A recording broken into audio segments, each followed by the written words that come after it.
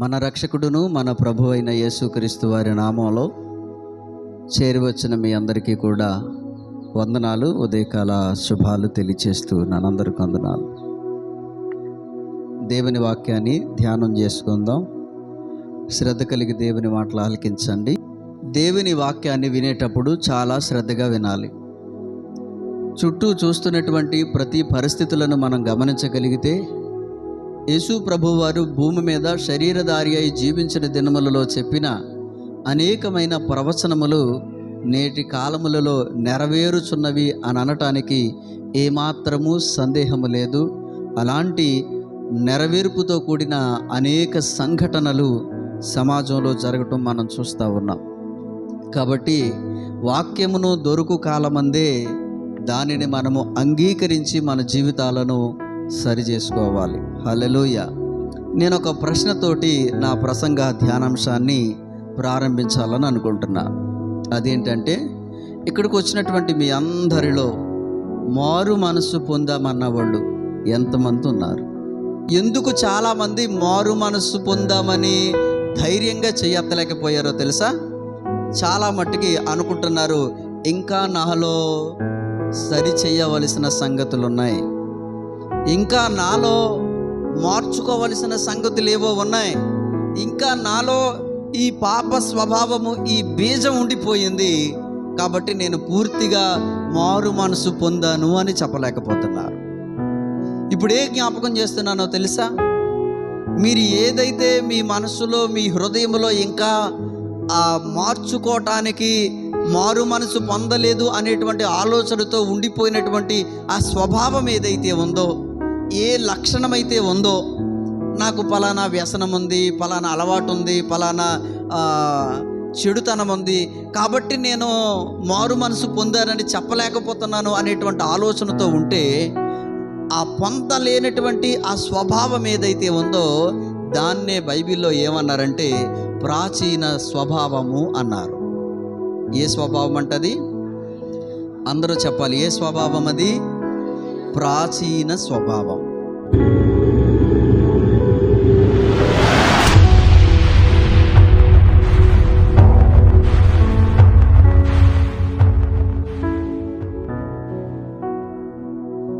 ప్రియమైన దేవుని బిడ్డలారా, పుట్టుకతోనే మనిషి పాపి అని పరిశుద్ధ గ్రంథం తెలియచేస్తూ ఉంది. ఏ భేదము లేదు, అందరూ పాపము చేసి దేవుడు అనుగ్రహించేటువంటి మహిమను పొందలేకపోతున్నారు. కాబట్టి మానవుడు పుట్టుకతోనే ఏమై ఉన్నాడంట? పాపిగా ఉన్నాడంట. ఎలా వచ్చిందంట ఆ పాపము? ఒక మనుషుడు పాపము చేయటం వలన, మొదటి మానవుడు పాపము చేయటం వలన అందరిలోనూ ఆ పాపము సంప్రాప్తమయ్యి పాపము వలన వచ్చు మరణానికి లోనవుతూ ఉన్నారని వాక్యం తెలియజేస్తూ ఉంది. కాబట్టి మనిషి మొదటి నుంచి కూడా పాపిగా ఉన్నాడని దేవుని వాక్యం తెలియజేస్తూ ఉంది. అంటే ప్రాచీనము అంటే పూర్వము నుంచి మనలో ఉన్నటువంటి దానిని ప్రాచీనము అంటారు, లేదా పురాతనమైనది, లేదా పాతది అని కూడా చెప్పొచ్చు. ఈ పాతది, పురాతనమైన దానిని ఏమంటారంటే ప్రాచీనము అంటారు. చూడండి, ప్రాచీన కాలము అనే మాట మీరు విన్నారా? ప్రాచీన కాలం అంటే పూర్వము అని అర్థం. అలాగే ప్రాచీన స్వభావం అంటే మొదటి నుంచి మనలో ఉన్నటువంటి స్వభావము అని అర్థం. దేవునిలోనికి రాకమునుపు, మారు మనస్సు పొందకమునుపు, రక్షణ పొందకమునుపు, బాప్తిస్మము పొందకమునుపు, మొదటి నుంచి మన శరీరములోనూ లేదా మానవుడైనటువంటి ప్రతివానిలో ఉన్నటువంటి స్వభావం ఏదైతే ఉందో దానిని ప్రాచీన స్వభావము అన్నారు. ఈ ప్రాచీన స్వభావం ఎలా ఉందో కొన్ని విషయాలను మనము ధ్యానం చేసే ప్రయత్నం చేద్దాం. మనం చదువుకున్నటువంటి వాక్య భాగాలలో ఎఫెసీ పత్రిక 4వ అధ్యాయము 22 నుంచి చదివే ప్రయత్నం చేద్దాం మనం. కావున మునుపటి ప్రవర్తన విషయంలో అయితే మోసకరమైన దురాశలు ఉన్నాయి, వాటి వలన చెడిపోయినటువంటి మీ ప్రాచీన స్వభావమును ఏం చేయాలంట? వదులుకోవాలి అని రాయబడి ఉంది.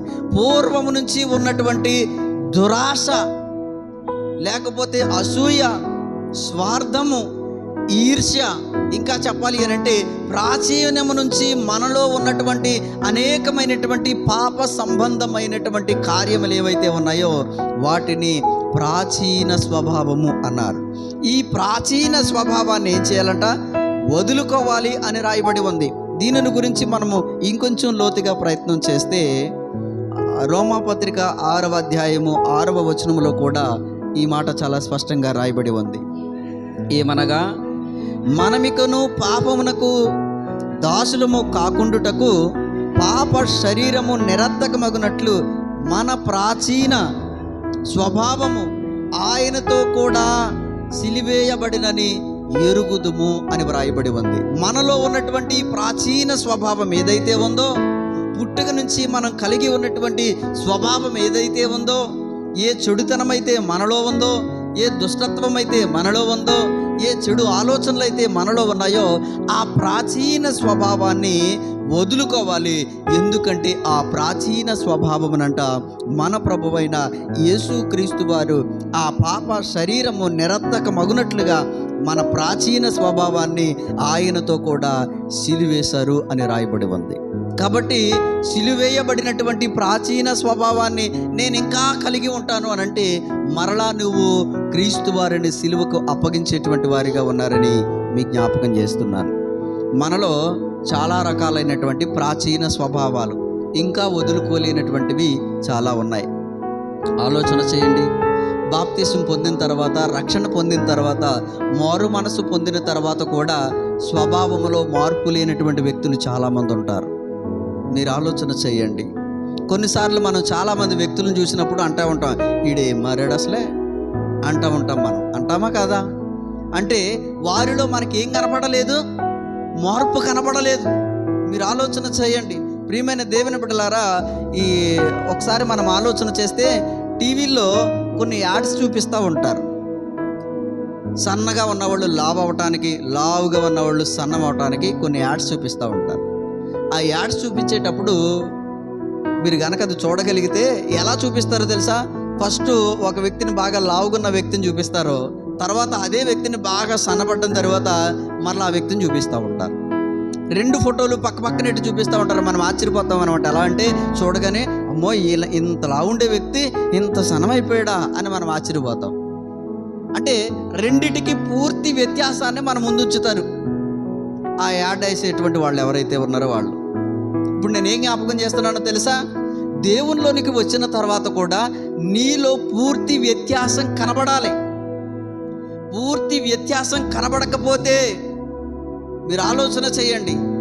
పూర్తి వ్యత్యాసము కనుక నీలో కనబడకపోతే నువ్వు ఇంకా మారు మనసు పొందలేదని అర్థం. దేవునిలోనికి వచ్చిన తర్వాత కూడా, బాప్తిసం పొందిన తర్వాత కూడా, రక్షణ పొందామని చెప్పుకుంటున్న తర్వాత కూడా, క్రైస్తవులమని చెప్పుకుంటున్న తర్వాత కూడా స్వభావములో మార్పు రాకపోతే, అంతరంగములో మార్పు జరగకపోతే, మాటలో కానీ, ప్రవర్తనలో కానీ, ఆలోచనలో కానీ, తలంపులో కానీ, ఉద్దేశాలలో కానీ ఎక్కడ కూడా మార్పు కనబడకపోతే నీవింకా నీ ప్రాచీన స్వభావాన్ని నువ్వు వదులుకోలేదని అర్థమిస్తూ ఉంది. కాబట్టి ఇంకా మనం ముందుకెళితే కొలసీలకు రాసిన పత్రికలో మనం చూడగలిగితే, కొలసీ పత్రిక 3వ అధ్యాయము 7వ వచనం నుంచి చూస్తే అక్కడ ఈ ప్రాచీన స్వభావంలో ఉండే లక్షణాల గురించి చాలా స్పష్టంగా రాయబడతా ఉంది. కొలసీ పత్రిక 3వ అధ్యాయము 7వ వచనం నుంచి మనం చదువుదాం. పూర్వము వారి మధ్య జీవించినప్పుడు మీరును వీటిని అనుసరించి నడుచుకుంటురి. ఇప్పుడైతే మీరు కోపము, ఆగ్రహము, దుష్టత్వము, దూషణ, మీ నోట బూతులు తర్వాత అను వీటన్నిటినీ విసర్జించుడి అని రాయబడి ఉంది. ఇవి ఎవరిలోనైతే ఉన్నాయో వారింకా తమ ప్రాచీన స్వభావాన్ని వదులుకోలేదని అర్థమిస్తూ ఉంది. ఎవరిలోనైతే ఇదిగో ఇక్కడ చెప్పబడినట్లుగా కోపము, ఆగ్రహము, దుష్టత్వము, దూషణ కదా, మీ నోట బూతు మాటలు ఇవన్నీ ఉంటే గనక వారు ఇంకా తమ ప్రాచీన స్వభావాన్ని వదులుకోలేదని అర్థం. అర్థమవుతుందా? వాక్యం అంటే అద్దంతో పోల్చారు బైబిల్లో. ఈ అద్దం ముందుకు వచ్చేసరికి నీ ప్రాచీన స్వభావాన్ని నువ్వు వదులుకున్నావో లేదో నీకే స్పష్టంగా అర్థమవుతుంది. ఈ మాటలు నేను చెప్తున్నానా? పరిశుద్ధ గ్రంథంలో ఉన్నాయా? ఏమా ఉన్నాయా లేవా? ఇప్పుడు ఆలోచన చేయండి. ఇప్పుడు నేను విమర్శ చేయాలని కాదు, కానీ ఎవరిలో ఈ లక్షణాలు కనబడుతున్నాయో తమను తామే విమర్శించుకుంటేనంట మరొకడు వచ్చి నిన్ను విమర్శ చేసే అవకాశం ఉండదంట. కాబట్టి తమను తామే విమర్శ చేసుకోవాలని తెలియచేస్తూ ఉంది వాక్యం. కాబట్టి ఈరోజు వాక్యము ముందు నువ్వు ఆలోచన చేస్తే ఇక్కడ రాయబడినటువంటి లక్షణాలు ఏవైతే ఉన్నాయో ఇవి ఎవరిలో ఉన్నాయో నీలో గనక ఇదిగో ఇక్కడ చెప్పబడినట్లుగా ఈ ఆగ్రహము, దుష్టత్వము, దూషణ, కోపము, ఇంకా బూతుమాటలు ఇలాంటివన్నీ ఉంటే గనక నీలో ఇంకా మార్పు రాలేదు. నీ ప్రాచీన స్వభావాన్ని నువ్వు వదులుకోలేదు. ఈ ప్రాచీన స్వభావం ఎప్పటి నుంచి ఉంది? పూర్వము నుంచి, అంటే నువ్వు దేవునిలోనికి రాకముందు నుంచి, నువ్వు పుట్టింది మొదలుకొని దేవుణ్ణి తెలుసుకునేంత వరకు కూడా ఈ ప్రాచీన స్వభావం నీలో ఉంది. ఇవి నీ వదులుకోకపోతే ఆలోచన చేయండి. ఇవి గనక నీవు వదులుకోకపోతే ఇక్కడ రాయబడినటువంటి మాటలను మనం ఇంకొంచెం కిందకి చదివితే ఏమని రాయబడి ఉందో తెలుసా? ఒకనితో ఒకడు అబద్ధమాడుకుడి, ఏలయనగా ప్రాచీన స్వభావమును దాని క్రియలతో కూడా మీరు పరిత్యజించి జ్ఞానము కలుగు నిమిత్తము దానిని సృష్టించి వాని పోలుకు చొప్పున నూతన పరచబడుచున్న నవీన స్వభావాన్ని ధరించుకొని ఉన్నారు అని చెప్పబడింది. ఇక్కడ రాయబడిన మాట, ఒకరితో ఒకడు అబద్ధాలు ఆడకండి అన్నారు. ఏమాడకూడదంట? అబద్ధాలు ఆడకూడదు. కొంతమంది ఒకరి బాధలు ఒకరి దగ్గర పంచుకుంటాం, ఒకరి కష్టాలు ఒకరి దగ్గర పంచుకుంటామా? పంచుకోమా? సరే, నీ కష్టం ఎవరైనా ఒకవేళ ఏదైనా బాధలో ఉండో, కష్టంలో ఉండో, లేకపోతే ఏదో ఒక సమస్య ఉండో, లేకపోతే ఏదో ఒక పరిస్థితుల్లో ఉండి నీ దగ్గర చెప్పారు అని అనుకుందాం. నీ దగ్గర ఎందుకు చెప్పారు? నిన్ను నమ్మి చెప్పారు, అంతేనా? లేకపోతే నువ్వు ఊరంతా చాటింపేస్తావని చెప్పారా? నిన్ను నమ్మి రహస్యంగా తన బాధను నీ బాధగా భావించి తన కోసం ప్రార్థన చేస్తావని, లేకపోతే కొంచెం ఆదరిస్తావని, కొన్ని ఆదరణ మాటలు చెప్తావని నిన్ను నమ్మి కొన్ని విషయాలు చెప్పినప్పుడు నువ్వేం చేయాలి? వీలైతే వారిని ఆదరించి సమాధానపరచాలి, లేదా వాళ్ళ కొరకు ప్రార్థన చేయాలి. అంతేగాని వాళ్ళు అలా వెళ్ళిపోయిన వెంటనే ఈమెకి ఇన్ని బాధలు ఉన్నాయి, ఇలాగంట అలాగంట అని వాళ్ళందరి దగ్గర చాటింపేస్తే అది అబద్ధ ప్రచారం అవుతూ ఉంది. ఒకసారి ఆలోచన చేయండి. చాలామంది ఏం చేస్తారో తెలుసా? ఒక సంగతి తెలిసిందనుకో, పోనీలే పలానోళ్ళు పలానా బాధలో ఉన్నారంట అని అనుకుందాం. ఆ బాధను మరో వ్యక్తికి నువ్వు చెప్పాలనుకున్నప్పుడు ఏం చెప్పాలి? వాళ్ళు ఏం చెప్పారో చెప్పింది చెప్పినట్టుగా చెప్పాలి, అంతేగాని దానికి మళ్ళీ కల్పించి చెప్పకూడదు. పలానోళ్ళు ఇలా అంట, పాపం నా దగ్గర తన బాధను పంచుకున్నారు అని ఏం చెప్పిందో అంతవరకు చెప్పవనుకో, పర్వాలా, మళ్ళీ యాడ్ చేయకూడదు మనం ఏమీని. అర్థమవుతుందా? ఒకనితో ఒకను అబద్ధమాడకుడి అని రాయబడి ఉంది. కాబట్టి ఎందుకంటే మీ ప్రాచీన స్వభావమును దాని క్రియలతో కూడా మీరేం చేయాలంట? పరిత్యజించాలి అని చెప్పబడింది. కాబట్టి ప్రియమైన దేవుని బిడ్డలారా, మీలో ఈ ప్రాచీన స్వభావము పూర్తిగా సమాధి చేయబడాలి. ఇంకా ఆలోచన చేస్తే పేతురు మొదటి పత్రిక 4వ అధ్యాయము 3వ వచనం చదువుదాం. మనము పోకిరి చేష్టలను, దురాశలు, మద్యపానము, అల్లరితో కూడిన ఆటపాటలు, త్రాగుబోతుల విందులు, చేయదగని విగ్రహ పూజలు మొదలైన వాటి యందు నడుచుకొనుచు అన్యజనుల ఇష్టము నెరవేర్చుచుండుటకు గతించిన కాలమే చాలు. ఇవన్నీ ఎప్పుడు చేసాం మనం?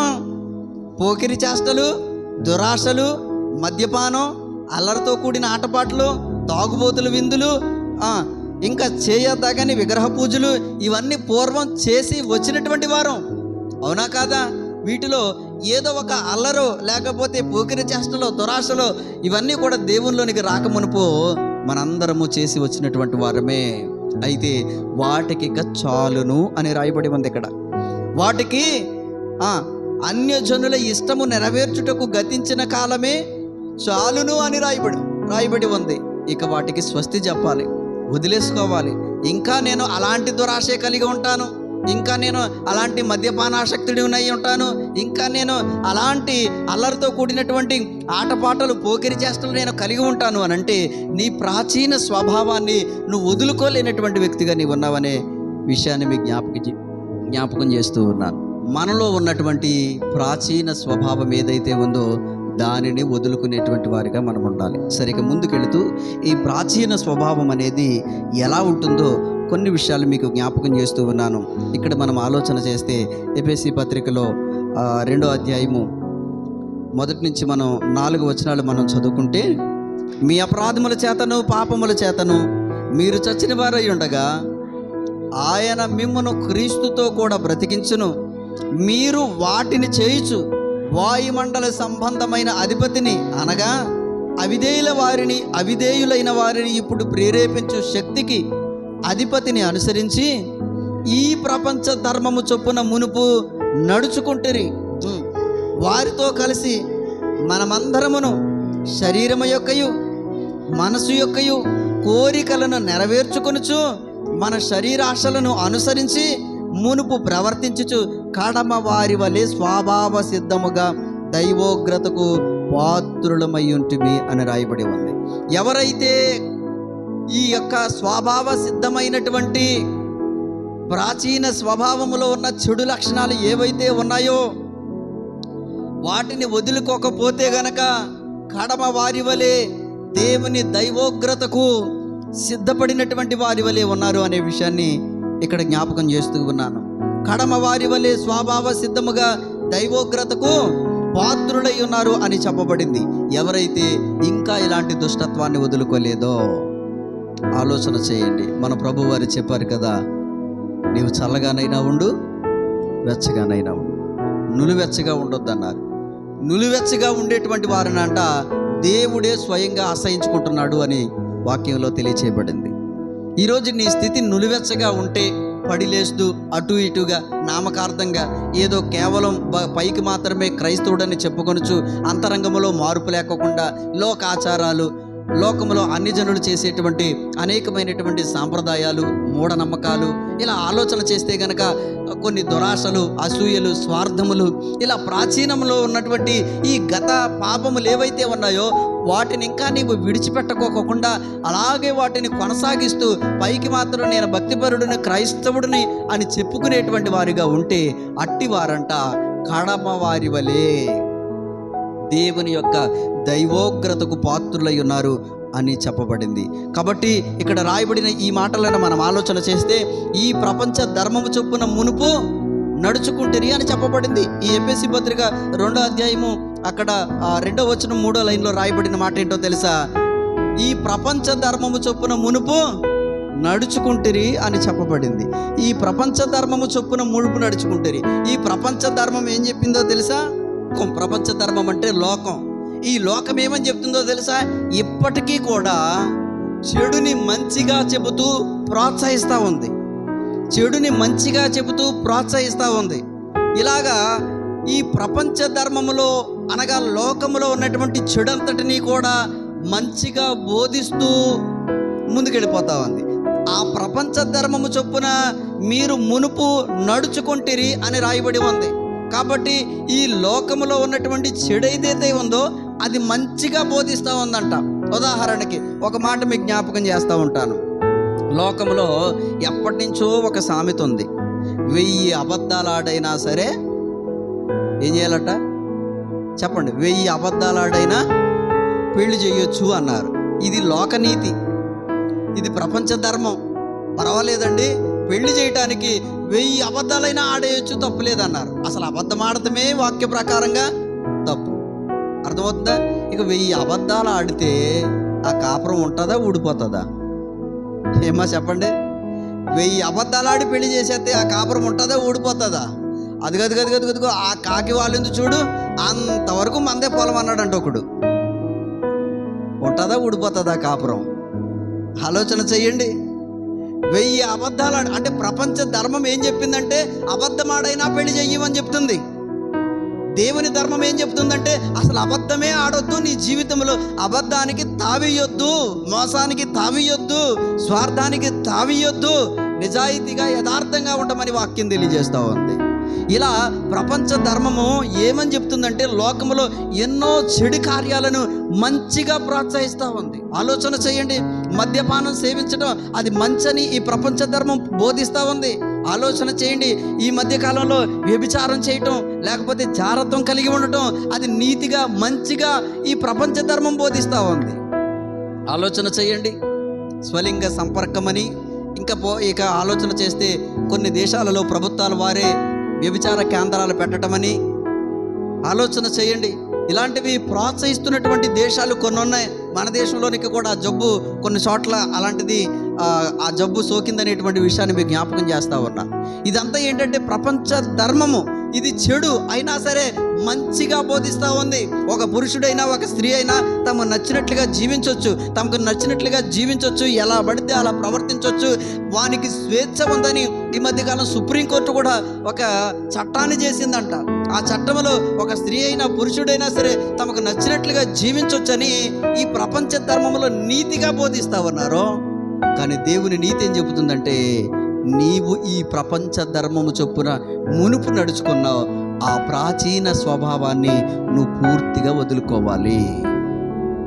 దేవుని యొక్క నూతన స్వభావాన్ని అనగా నవీన స్వభావాన్ని ధరించుకోవాలి అని చెప్పబడింది. ఇదే ఎఫెసీ పత్రికలో మనం చదువుకున్నటువంటి వాక్య భాగాలలో ఎఫెసీ పత్రిక 4వ అధ్యాయము 23వ వచనంలో చెప్పబడిన మాట ఏంటో తెలుసా? రాయబడిన మాటను ఒకసారి మనం ఆలోచన చేద్దాం. మీ చిత్త వృత్తి యందు నూతన పరచబడిన వారై నీతియు యథార్థమైన భక్తి గల వారై దేవుని పోలికగా సృష్టింపబడినటువంటి నవీన స్వభావాన్ని ధరించుకోవాలంట. ఏం ధరించుకోవాలి? నవీన స్వభావాన్ని ధరించుకోవాలి. దేనిలోనంట? దేవుని యందు నూతన పరచబడిన వారై నీతి యథార్థమైన భక్తిలో దేవుని పోలికలోనంట. దేవుని పోలికలో సృష్టింపబడినటువంటి నవీన స్వభావాన్ని ధరించుకోవాలంట. దేవుని పోలికలు అంటే, దేవుని పోలికంటే పోలిక అనే దానిలో అర్థం ఏంటంటే విశేషమైనటువంటి గుణ లక్షణాలు. దేవుని పోలిక అంటే ఏంటో తెలుసా? దేవునికి ఉన్న లక్షణాలు మనము కలిగి ఉండటమే దేవుని పోలిక. ఇక మనం కొంచెం ముందుకు ఆలోచన చేస్తే పేతురు మొదటి పత్రిక 1వ అధ్యాయం 14వ వచనం, నేను పరిశుద్ధుడనై ఉన్నాను గనుక మీరును పరిశుద్ధులై ఉండుడని వ్రాయబడి ఉన్నది. కాగా మీరు విధేయులకు పిల్లలై మీ పూర్వపు అజ్ఞాన దశలో మీకుండిన ఆశలు అనుసరించి ప్రవర్తింపగా మిమ్మును పిలిచినవాడు పరిశుద్ధుడనై ఉన్న ప్రకారము మీరును సమస్త ప్రవర్తన యందు పరిశుద్ధులై ఉండటమే నూతన స్వభావం అంటే. హల్లెలూయా! నూతన స్వభావం అంటే ఏంటో తెలుసా? ప్రాచీన స్వభావం అంటే ఏంటో మీకు జ్ఞాపకం చేశాను. అది పూర్వం నుంచి మనలో ఉన్నటువంటి పాపభయిష్టమైనటువంటి లక్షణాలు కలిగి ఉండటాన్ని ప్రాచీన స్వభావం అని చెప్పాను. మరి దేవుని పోలికలో మార్చబడినటువంటి నూతన స్వభావం అంటే ఏంటో తెలుసా? మీరు విధేయులకు పిల్లలై మీ పూర్వపు అజ్ఞాన దశలో మీకున్న ఆశలన్నిటినీ కూడా ఏం చేయాలంట? విడిచిపెట్టి వాటి ప్రకారం ప్రవర్తించకుండా మిమ్మును పిలిచిన దేవుడు పరిశుద్ధుడై ఉన్న ప్రకారం మీరు కూడా సమస్త ప్రవర్తన యందు పరిశుద్ధులై ఉండాలి. హల్లెలూయా! ఎలా ఉండాలమ్మా? పరిశుద్ధులై ఉండాలి. ఏ విషయంలోనంట? సమస్త ప్రవర్తన. మాట్లాడే మాట, తలంచే తలంపు, నడిచే నడక, చూసే చూపు, ప్రతి దానిలో కూడా ఎలా ఉండాలంట? పరిశుద్ధత కలిగి ఉండాలంట. సమస్త ప్రవర్తనలో కూడా మీరు పరిశుద్ధులై ఉండండి అన్నారు. ఇలాగ సమస్త ప్రవర్తనలో ఎవరు పరిశుద్ధులై ఉంటారో వారు నవీన స్వభావాన్ని ధరించుకున్న వారై ఉన్నారు. ఇక నేను కన్క్లూడ్ చేస్తూ కొన్ని మాటలు మీకు చివరిగా ముగింపులో కొన్ని మాటలు మీకు జ్ఞాపకం చేస్తూ ఒక 2 రెఫరెన్స్లు చూపించి నేను ముగించే ప్రయత్నం చేస్తూ ఉన్నాను. పేతురు 2వ పత్రిక 1వ అధ్యాయము 9వ వచనం, ఇవి ఎవనికి లేకపోవునో వాడు తమ పూర్వ పాపములకు శుద్ధి కలిగిన సంగతి మరిచిపోవును, గుడ్డివాడును దూరదృష్టి లేనివాడగును అని చెప్పబడింది. ఇవి ఎవరికి లేకపోవునో అని చెప్పబడింది. అంటే ఇక్కడ రాయబడినటువంటి సంగతులను మనం ఆలోచన చేస్తే, ఎవరికైతే గత పాపములకు శుద్ధి కలిగిందనే సంగతి తెలియకోకుండా ఉంటారో, ఇంకా తమ ప్రాచీన స్వభావంలోనే వారు ఉన్నారు అనే విషయాన్ని మీకు జ్ఞాపకం చేస్తున్నాను. ప్రియమైన దేవుని బిడ్డలారా, ఇక ముగిస్తూ ఒక మాట మీకు జ్ఞాపకం చేస్తున్నాను. నీ ప్రాచీన స్వభావాన్ని నువ్వు వదులుకున్నావా లేదా? ఎవ్వరూ వచ్చి నిన్ను విమర్శ చేయవసరలా. ఈ ఉదయకాల సమయంలో దేవుని సన్నిధిలో చేరావు. కాలములన్నీ గతించిపోతూ ఉన్నాయి, సంవత్సరములు వేగవంతంగా పరిగెడతా ఉన్నాయి, దినము వెంబడి దినము వెంబడి దినము త్వరగా గతించిపోతూ ఉన్నాయి. ఒక్కసారి నువ్వు పరిశీలన చేసుకో. నీ ఆయుష్ కాలము ఎలా ఉందంటే ఒక ఆరు బయట పెట్టిన ఐసు ముక్కలాగా నీ ఆయుష్ కాలం కరిగిపోతుందా లేకపోతే ఆయుష్ పెరుగుతూ ఉందా? ఆలోచన చేయండి. చాలామంది అనుకుంటున్నారు నాకు వయస్సు పెరుగుతుంది అని అంటున్నారు. పెరుగుతుంది కాదు, తరుగుతుంది. గుర్తుపెట్టుకోండి. నాకు 30 వచ్చినాయి, 40 వచ్చినాయి కాబట్టి నాకు వయస్సు పెరుగుతుంది అనుకుంటున్నారు. కాదు, వయస్సు తరుగుతుంది. నీ జీవితంలో నుంచి 20 వెళ్ళిపోయినాయి, 30 వెళ్ళిపోయినాయి, 40 వెళ్ళిపోయినాయి. నీ ఆయుష్ కాలం ఐసు ముక్కలా కరిగిపోతుంది. మరి నీ ప్రాచీన స్వభావం మాత్రం అలాగే ఉండిపోయింది. ప్రభు రాకడ నేడో రేపో అన్నట్లుగా వేగవంతంగా ప్రభు చెప్పిన సూచనలు అన్నీ జరుగుతూ ఉన్నాయి.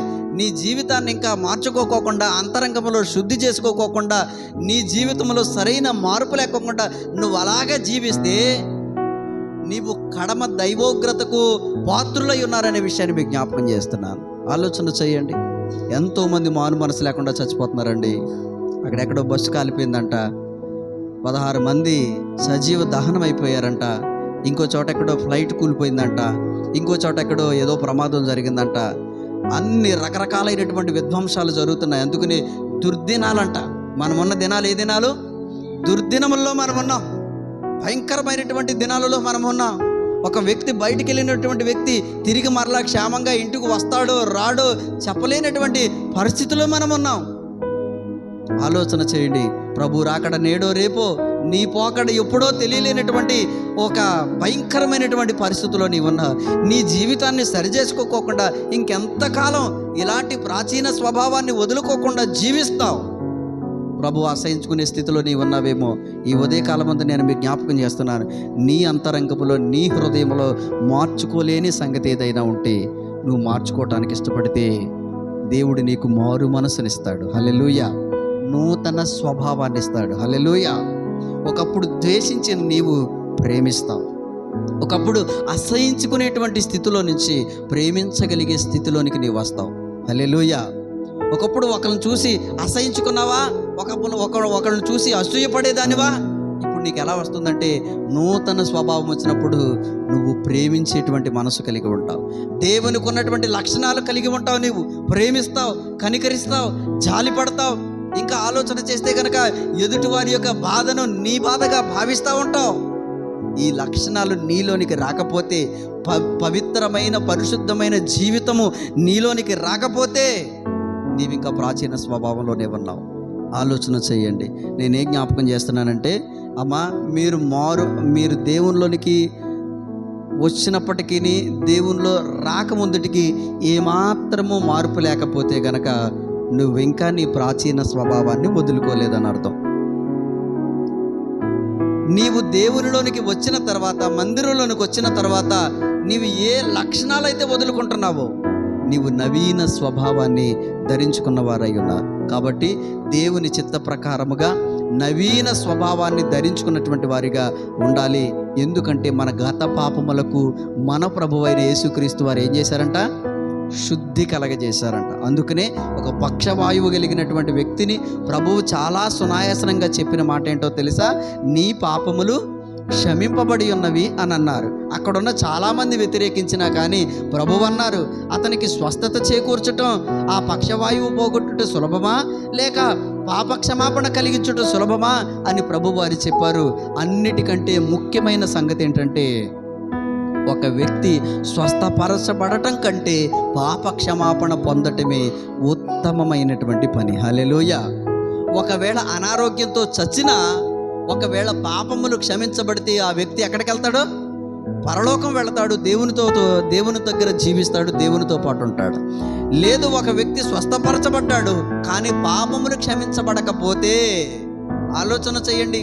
10 మంది శుద్ధుల్లో కొంతమంది 9 మంది కూడా కదా, ఆలోచన చేస్తే శుద్ధులయ్యారు కానీ తిరిగి దేవుని దగ్గరికి రాలేనటువంటి వ్యక్తులుగా, లోకంలో కలిసిపోయిన వ్యక్తులుగా కనబడతా ఉన్నారు. ఈరోజు మీకు ఏం జ్ఞాపకం చేస్తున్నానంటే, ఏ కార్యము చేత నీవు దేవుని దగ్గరికి వచ్చావో, ఏ పరిస్థితిలో నీవు ప్రభువుని విశ్వసించావో, ఆ పరిస్థితుల్లో నుంచి నీవు ఒక్కసారి జ్ఞాపకం చేసుకొని నీ పాపములకు క్షమాపణ కలిగింది 2000 సంవత్సరాల క్రితమే మన ప్రభువైన యేసుక్రీస్తు వారి సిలువలో నీవింకనూ సజీవంగా ఉన్నప్పుడే నీ కొరకు నా కొరకు మన ప్రభు ముందుగానే మన పాపములకు ప్రాయశ్చిత్తం కలగజేశారని మనము నమ్మి మన గత పాపములకు శుద్ధి చేసుకుని మన ప్రాచీన స్వభావాన్ని ప్రభువైన యేసుక్రీస్తు వారి యొక్క సిలువకు కొట్టి నవీన స్వభావాన్ని నీవు ధరించుకుంటే ప్రభుతో పాటు ఉండగలవు. సమస్త ప్రవర్తన యందు మీరందరూ కూడా పవిత్రమైనటువంటి జీవితం కలిగి ఉండాలని తెలియచేస్తూ ఈ మాటలు ముగిస్తూ ఉన్నాను. దేవుడి ఈ మాటలు మన వెనుకడిలో దీవించునుగాక. ఆమేన్.